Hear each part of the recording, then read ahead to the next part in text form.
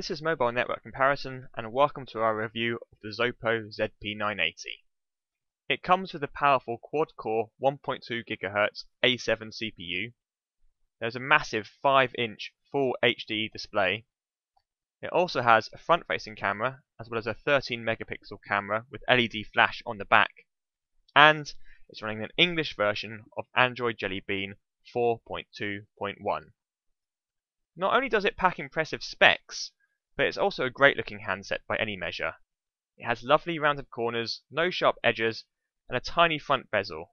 On the back there's a rich, textured black back cover, which looks really great, and a stylish metallic strip around the edge of the phone. Pride of place on the front of the phone is the massive 5-inch 1080p screen, which is made by Sharp, and has a respectable pixel density of 480 dpi. The back also looks really smart with just the camera, flash and a loudspeaker, as well as some minimal Zopo branding at the bottom. Zopo have managed to squeeze in a massive 2000 mAh battery into the back of the phone, and this means no matter how you use it, it will run for days and days. We really welcome this, as there's nothing more annoying than your phone dying before you get a chance to charge it. This is one of the most disappointing things about modern smartphones, is that they quite often don't have the battery that they require to last for a full day. Because of this large battery, it is a bit heavier than the Samsung Galaxy S2 at 150 grams, but it feels great in the hand and has a comforting weight without being a strain to use one-handed. It also manages to be slightly thinner at just 8.5 millimeters. Appearances aside, the really interesting thing about this phone is the hardware you're getting for the price. It comes with a beastly quad-core CPU, which is running at 1.2 GHz, as well as the PowerVR SGX 544MP graphics renderer.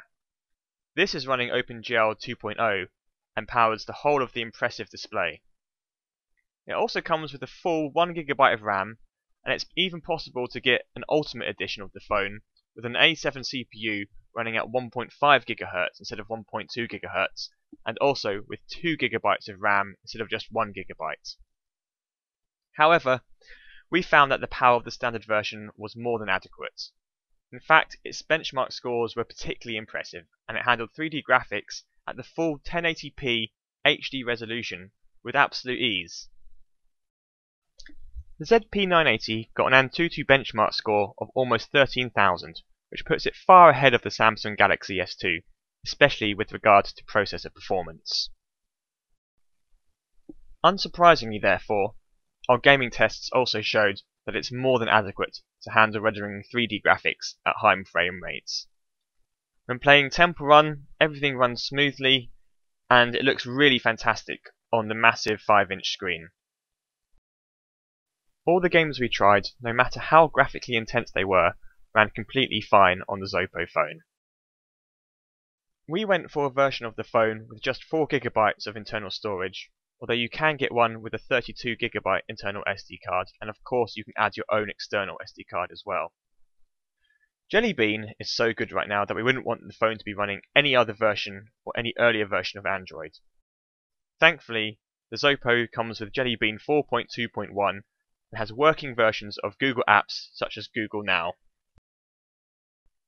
This means you can do advanced things like search for mathematical questions simply by speaking to your phone, or even look up the weather just by asking what it's going to be like in a certain place.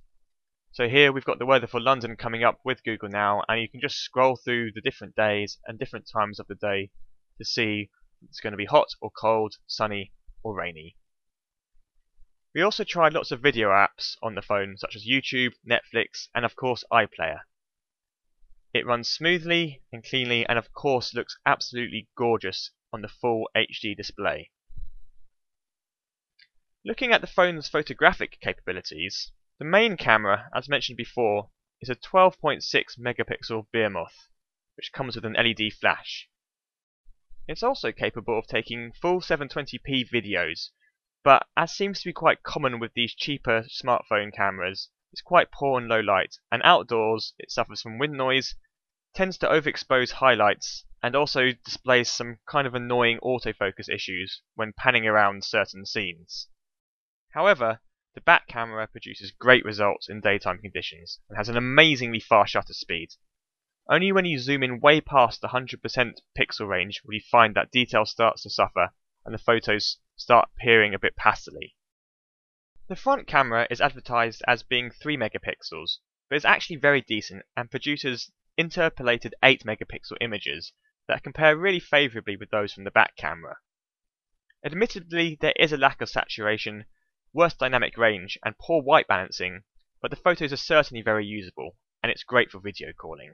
Looking around the phone settings, we really like the translucent app drawer, and the coloured icons in the settings menu are a nice touch. Of course, we also love the incredibly useful ability to have the phone automatically turn on and off at certain times of the day and certain days of the week. But of course, as with most Chinese phones, our absolute favourite feature was the dual SIM capability.